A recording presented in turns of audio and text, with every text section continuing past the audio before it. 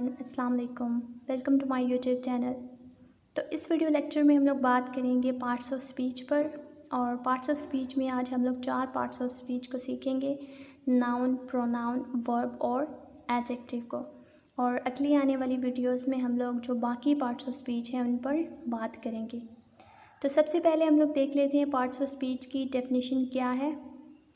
Parts of speech are words that are categorized into different categories based on their function in composition। कि composition में या फिर grammar में अपने function के लिहाज से जब हम लोग वर्ड्स को डिवाइड करते हैं डिफरेंट कैटेगरीज में, तो उसे हम लोग क्या बोलते हैं, पार्ट्स ऑफ स्पीच। तो ये पार्ट्स ऑफ स्पीच बेसिकली 8 हैं, लेकिन कुछ जो ग्रामेरियंस हैं वो मॉडर्न इंग्लिश के हिसाब से बोलते हैं कि जो आर्टिकल है वो भी पार्ट्स ऑफ स्पीच का हिस्सा है। तो टोटल पार्ट्स ऑफ स्पीच कितने हैं, 9। इसमें से पहला जो है वो है नाउन, दूसरा प्रोनाउन, फिर verb, adjective, article, adverb, preposition, conjunction and interjection. तो आज हम लोग बेसिकली 4 पार्ट्स ऑफ स्पीच पे बात करेंगे, जिनमें से पहला है नाउन। तो इसकी पहले हम लोग डेफिनेशन को देख लेते हैं। The name of any person, place और thing is called noun. For example, Saif, Islamabad, mobile, pen etcetera. कि किसी भी पर्सन, प्लेस या फिर थिंग के नाम को हम लोग क्या बोलते हैं, नाउन। इसके बाद हम लोग टाइप्स देख लेते हैं नाउन की, और इसके साथ ही हम लोग डिफरेंट जो नाउन्स हैं उनका आपस में कंपैरिजन भी देखेंगे। तो सबसे पहला नाउन है कॉमन नाउन। कॉमन नाउन किसी भी कॉमन या फिर जनरल चीज़ के नाम को बोलते हैं, या फिर वो कोई पर्सन हो सकता है या फिर वो कोई जगह हो सकती है। For example boy, country, bridge etcetera. उसके बाद है प्रॉपर नाउन। प्रॉपर नाउन किसी ख़ास जगह, प्लेस और जो है वो कोई पर्सन हो सकता है या फिर थिंग के नाम को बोलते हैं। For example Saif, Islamabad, Sunday etcetera. और जो प्रॉपर नाउन्स होते हैं वो हमेशा कैपिटल लेटर से शुरू होते हैं। इसके बाद जो तीसरा नाउन है वो है काउंटेबल नाउन। और काउंटेबल नाउन्स जैसे नाम से ही जाहिर है कि काउंटेबल नाउन्स ऐसे नाउन्स होते हैं जो कि काउंट किए जा सकते हैं। For example pen, mobile, cup etcetera. और अनकाउंटेबल नाउन्स ऐसे नाउन्स होते हैं जिन्हें हम लोग काउंट नहीं कर सकते। फॉर एग्ज़ाम्पल मिल्क हो गया, वाटर हो गया, ये ऐसे नाउन जिन्हें हम लोग काउंट नहीं कर सकते। इसके बाद पांचवा जो हमारे पास नाउन है वो है कंक्रीट नाउन। और ये ऐसे नाउन्स होते हैं जिनकी कोई ना कोई फ़िज़िकल एग्जिस्टेंस होती है, और इन्हें हम लोग अपनी जो सेंसरी ऑर्गन्स हैं जैसे आई हो गया, नोज़ हो गया, उनसे क्या कर सकते हैं, परसीव कर सकते हैं। For example coffee, flower, tune etcetera. और इसके बाद छठा नाउन है अब्स्ट्रैक्ट नाउन। और अब्स्ट्रैक्ट नाउन जो है वैसे नाउन्स होते हैं जिनकी कोई भी फ़िज़िकल एग्जिस्टेंस नहीं होती, और उन्हें हम लोग टच भी नहीं कर सकते, स्मेल भी नहीं कर सकते। मतलब हम लोग जो सेंसरी हमारी परसेप्शंस है उनसे अब्स्ट्रैक्ट नाउन्स को परसीव नहीं कर सकते। For example time, love etcetera. इसके बाद ही कंपाउंड नाउन है। कंपाउंड नाउन्स ऐसे नाउन्स होते हैं जो कि दो वर्ड्स या फिर 2 से ज़्यादा वर्ड्स को मिला के बनते हैं। For example son in law, snowfall, mail box. और इन्हें हम लोग सेपरेट करते हैं हाइफन से। जैसे पहले एग्जांपल में आप लोग देखें, सन इन लॉ में जो 3 वर्ड्स हैं उन्हें हाइफन से सेपरेट किया गया है। और इसके बाद कलेक्टिव नाउन्स हैं। कलेक्टिव नाउन्स ऐसे नाउन्स होते हैं जो कि ग्रुप ऑफ पीपल को इंडिकेट करते हैं। फॉर एग्ज़ाम्पल टीम, एक टीम अगर क्रिकेट की है तो उसमें 11 खिलाड़ी मौजूद होते हैं, तो वो एक क्या है, कलेक्टिव नाउन है। इसी तरह से फैमिली, आर्मी एट्सेट्रा। तो ये जो कलेक्टिव नाउन्स होते हैं ये सिंगुलर भी हो सकते हैं और प्लूरल भी हो सकते हैं। इसके बाद ही हम लोग बात करेंगे प्रोनाउन एंड इट्स टाइप पर। प्रोनाउन एक ऐसा वर्ड होता है जो कि हम लोग नाउन्स की जगह पे यूज़ करते हैं in order to avoid repetition. For example अगर मैं एक पैराग्राफ लिख रही हूँ आयशा पे, आयशा की खसूसियात पे, और मैं अगर पहला सेंटेंस बोलूँ कि Ayesha is a beautiful girl, तो जब मैं दूसरा सेंटेंस लिखूँगी तो मैं बोलूँगी she is very good student. तो दूसरे सेंटेंस में मैंने क्या किया, मैंने आयशा को रिप्लेस कर दिया प्रोनाउन शी से। तो इस तरह से हम लोग क्या करते हैं, नाउन्स की रेपिटेशन को अवॉइड करने के लिए प्रोनाउंस का यूज़ करते हैं। तो इसके बाद हम लोग देखेंगे टाइप्स ऑफ प्रोनाउंस को। तो पहली जो टाइप है वो है पर्सनल प्रोनाउंस, जो कि पर्सन्स को इंडिकेट करती है। फॉर एग्ज़ाम्पल आई, वोई, यू, दे। इसके बाद है जी हमारे पास पोसेसिव प्रोनाउंस। पोसेसिव प्रोनाउंस ऐसे प्रोनाउंस होते हैं जो कि मलकियत को या फिर ओनरशिप को शो करते हैं। For example mine, your, his, her. Like this car is mine. इसके बाद है indefinite pronouns. Indefinite pronouns refer to people, places और थिंग्स इन जनरल। जो इन जनरल थिंग्स होती हैं उन्हें एक्सप्लेन करने के लिए हम लोग इसका यूज़ करते हैं इंडेफिनिट प्रोनाउंस का। इसके एग्जांपल्स में हैं ऑल, ईदर, एनी, एट्सेट्रा। इसके बाद है डेमोन्स्ट्रेटिव प्रोनाउंस। डेमोन्स्ट्रेटिव प्रोनाउंस जो है चीज़ों को डेमोन्स्ट्रेट करने के लिए हम लोग यूज़ करते हैं। For example this, that, these, etcetera. For example that car is mine. इसके बाद है जी relative pronouns. A relative pronoun refers to an earlier noun, sentence और पार्ट ऑफ अ सेंटेंस। कि जो अर्लियर एक सेंटेंस में पहले हम लोग नाउन यूज़ करते हैं उसे रेफ़र करने के लिए हम लोग किसका यूज़ करते हैं, रिलेटिव प्रोनाउंस का यूज़ करते हैं। और इसमें जो एग्जांपल्स हैं वो सही नहीं लिखी हुई।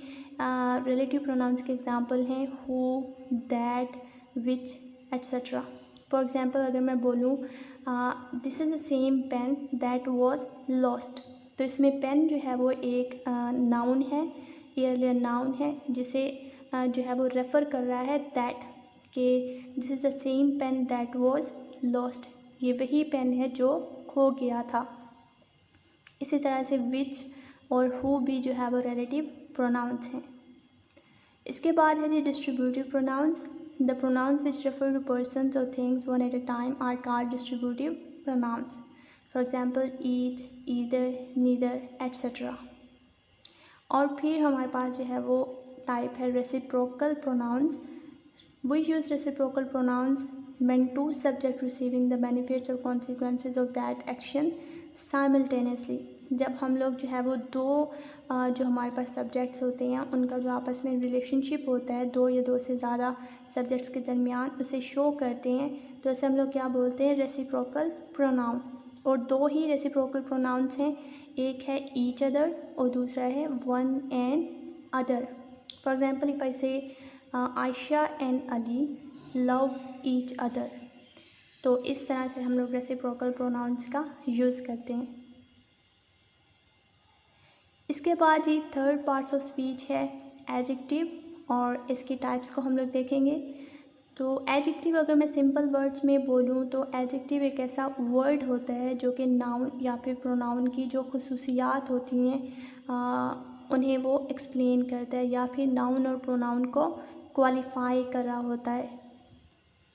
For example Sana is a beautiful girl, तो यहाँ पे सना एक नाउन है और इसमें जो वर्ड ब्यूटीफुल है वो क्वालिफाई कर रहा है नाउन सना को। इसके बाद हम लोग टाइप्स देखेंगे एडजेक्टिव की। पहली जो हमारे पास टाइप है वो ऐसी टाइप है जो कि क्वालिटी को जो है वो बयान करती है, किसी भी नाउन या प्रोनाउन की क्वालिटी को। द एडजेक्टिव और quality shows the quality of a person और thing and can be formed from proper nouns. For example big, wise, foolish, Greek, Spanish. इसके अगर मैं एक सेंटेंस में एग्जाम्पल बनाऊँ तो मैं बोल सकती हूँ अली इज़ अ फुलिश गाय, कि अली एक बेवकूफ़ लड़का है। तो फुलिश यहाँ पे क्या कर रहा है, अली की क्वालिटी को एक्सप्लेन कर रहा है। इसके बाद है जी quantity adjective. The adjective of quantity shows the quantity of a thing और नेचर ऑफ क्वांटिटी। एग्जांपल्स में है इसकी little, some, much, etcetera. For example there is little water in this glass, तो लिटिल यहाँ पे क्या शो कर रहा है, क्वांटिटी शो कर रहा है। तो इसके बाद जो थर्ड टाइप है वो है नंबर एडजेक्टिव। नंबर एडजेक्टिव जो है वो नंबर्स को जो है वो शो करेगा। For example 1, 2, first, second, few, many, most. For example if I say many people were invited to the party, तो यहाँ पे जो मैनी है वो क्या है, नंबर एडजेक्टिव है. उसके बाद ये फोर्थ टाइप है डेमोन्स्ट्रेटिव एडजेक्टिव. डेमोन्स्ट्रेटिव एडजेक्टिव जो है वो क्या करते हैं, ये नाउन्स और प्रोनाउंस को डेमोन्स्ट्रेट करने के लिए यूज़ किए जाते हैं. For example this, that, those, such, some, etcetera. और इसके बाद है जी आखिरी type interrogative adjectives. Interrogative adjective जो है वो कोई क्वेश्चन जो है वो करने के लिए हम लोग यूज़ करते हैं. For example whose book was that, तो इसमें जो हुज है वो क्या है, इंटेरोगेटिव एडजेक्टिव है. इसके बाद जी हमारे पास फोर्थ पार्ट्स ऑफ स्पीच है वर्ब. वर्ब जो है वो क्या होती है, वर्ब हम लोग जो है वो किसी भी एक्शन को बोलते हैं. जब कोई ना कोई एक्शन हो रहा होता है तो इसे हम लोग क्या बोलते हैं, verb. Verbs are the action words in a sentence that describe what the subject is doing. कि ये डिस्क्राइब करते हैं कि जो सब्जेक्ट है, जो नाउन है, वो क्या कर रहा है. इसके बाद जी हम लोग देखेंगे वर्ब के डिफरेंट टाइप्स को. तो इसकी जो पहली टाइप है वो है action verbs. Action verbs express specific actions. For example run, dance, slide, etcetera. अगर मैं इसे एक जुमले में बोलूँ तो I can say she was running. तो यहाँ पे जो रनिंग है वो एक एक्शन को एक्सप्लेन कर रहा है वर्ड. इसके बाद है जी ऑक्सिलरी वर्ब्स. ऑक्सिलरी वर्ब्स या फिर हेल्पिंग वर्ब्स ऐसी वर्ब्स होती हैं जो कि मेन वर्ब के साथ यूज़ की जाती हैं. फॉर एग्जांपल इस MRP जो है वो ऑक्सिलरी वर्ब्स हैं.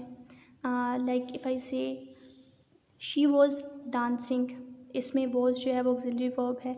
इफ़ आई से शी इज़ डांसिंग, इसमें इज़ जो है वो ऑक्सिलरी वर्ब है. इसी तरह से हैज़, हैव, डू, वुड, ये सारी की सारी भी क्या हैं, ऑक्सिलरी वर्ब्स हैं.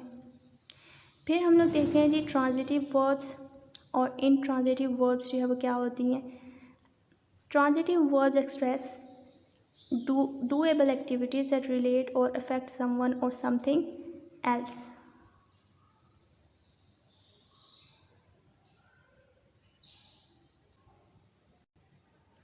तो ट्रांजिटिव वर्ब्स ऐसी वर्ब्स होती हैं जिनके लिए एक डायरेक्ट ऑब्जेक्ट ज़रूरी होता है. मतलब वर्ब के बाद जो है वो कोई ना कोई ऑब्जेक्ट होगा जिसे वो एक्सप्लेन कर रही होगी.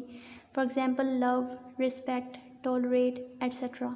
तो ये जो वर्ब्स हैं इनके आगे ज़रूर कोई ना कोई डायरेक्ट ऑब्जेक्ट मौजूद होगा. For example she always respects elders. तो यहाँ पे जो एल्डर है वो क्या है, डायरेक्ट ऑब्जेक्ट है. जबकि जो इनट्रांजिटिव वर्ब्स होती हैं वो भी जो है वो एक्सप्रेस करती हैं डूएबल एक्टिविटीज़ को, लेकिन वहाँ पे कोई भी डायरेक्ट ऑब्जेक्ट मौजूद नहीं होता. फॉर एग्जांपल इन वर्ब्स के एग्जांपल है walk, laugh. For example she is walking, she is laughing.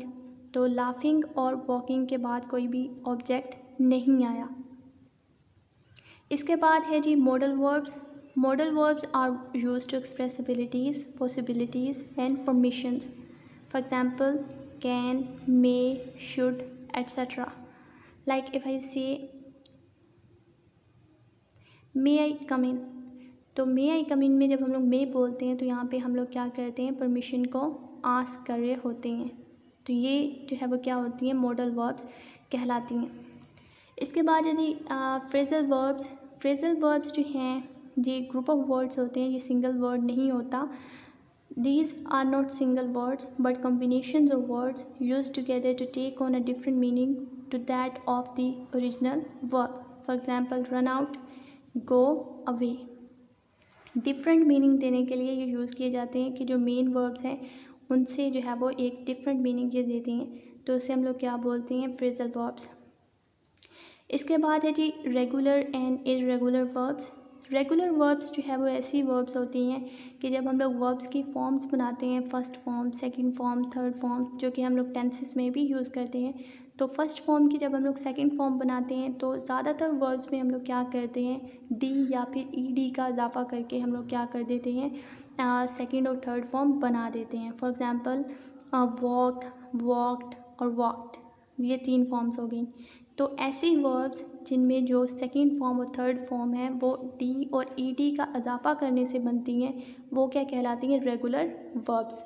जबकि ऐसी वर्ब्स जिनमें डी और ईडी का इजाफा नहीं किया जाता तो उन्हें हम लोग क्या बोलते हैं? Irregular verbs. फॉर एग्ज़ाम्पल ईट और एट, ईटन, ये तीनों वर्ब्स में हमने डी और ईडी का इजाफा नहीं किया।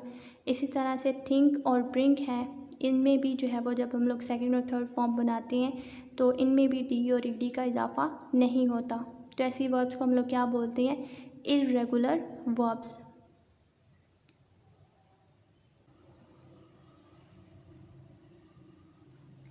इसके बाद है जी हमारे पास finite verbs and infinite verbs. Finite verbs हैं a verbs which can change their form according to subject. It defines the time and the subject. It tells you who is doing the action and when it is being done. For example eat, eats. तो finite verbs ऐसी verbs होती हैं जो कि subject के हिसाब से change हो जाती हैं और वो एक स्पेसिफिक टेंस को शो कर रही होती हैं। फॉर एग्जांपल सब्जेक्ट के हिसाब से किस तरह से वर्ब्स चेंज होती हैं? फॉर एग्ज़ाम्पल अगर मैं कहूँ शी ईट्स अ बर्गर, तो यहाँ पे ईट्स हो गया। और अगर मैं आई यहाँ पे यूज़ करूँ तो मैं बोलूँगी आई ईट अ बर्गर, तो यहाँ पे मैंने एस का इजाफा नहीं किया। तो ये वर्ब क्या हो रही है? वो सब्जेक्ट के हिसाब से चेंज हो रही है। जबकि जो इनफिनाइट वर्ब्स होती हैं वो सब्जेक्ट के हिसाब से चेंज नहीं होती और वो क्या हो सकती हैं? वो जेरेंट्स भी हो सकती हैं जिनमें टू का यूज़ किया जाता है। वो जो है नहीं, जेरेंट्स में जो है वो हमारे पास क्या होता है कि आईएनजी का इजाफा होता है, verb plus ING. For example she is swimming. तो स्विमिंग एक ऐसी वर्ब है जो कि सब्जेक्ट के हिसाब से चेंज नहीं होगी, ये एज इट इज़ ही यूज़ होगी। और इसी तरह से जब हम लोग इन्फिनेटिव्स का यूज़ करते हैं, फॉर एग्ज़ाम्पल ऐसी वर्ब्स जो कि टू जिनसे पहले यूज़ किया जाता है तो उसे हम लोग क्या बोलते हैं? इन्फिनेटिव। तो फिर भी जो है वो ये जो वर्ब्स होती हैं जो सब्जेक्ट के हिसाब से चेंज नहीं होती, तो ऐसी वर्ब्स को हम लोग क्या बोलते हैं? Infinite verbs. और यहाँ पे एग्जांपल है to see is to believe, और ये इन्फिनेटिव की एग्जांपल है और जेरेंट की एग्जांपल क्या है? She is swimming. तो उसमें स्विमिंग जो है वो क्या है? एक इनफिनाइट वर्ब है। तो यहाँ तक आज के लेक्चर में हमने पढ़ा कि नाउन्स क्या होते हैं, नाउन्स की टाइप क्या है, इसी तरह से वर्ब, एडजेक्टिव और जो है वो प्रोनाउन, इनकी भी जो है वो हमने टाइप्स को पढ़ा और अच्छे से जो है वो इसके कंसेप्ट को क्लियर किया। और मैं उम्मीद करती हूँ कि आपका जो कंसेप्ट्स हैं पार्ट्स ऑफ स्पीच को लेके वो क्लियर हुए होंगे। तो इससे नेक्स्ट वीडियो में पार्ट 2 में हम लोग इंशाल्लाह जो बाकी के पार्ट्स ऑफ स्पीच हैं उन पे बात करेंगे। And don't forget to subscribe my channel so that you get the notifications of my upcoming videos. Thank you for watching this video.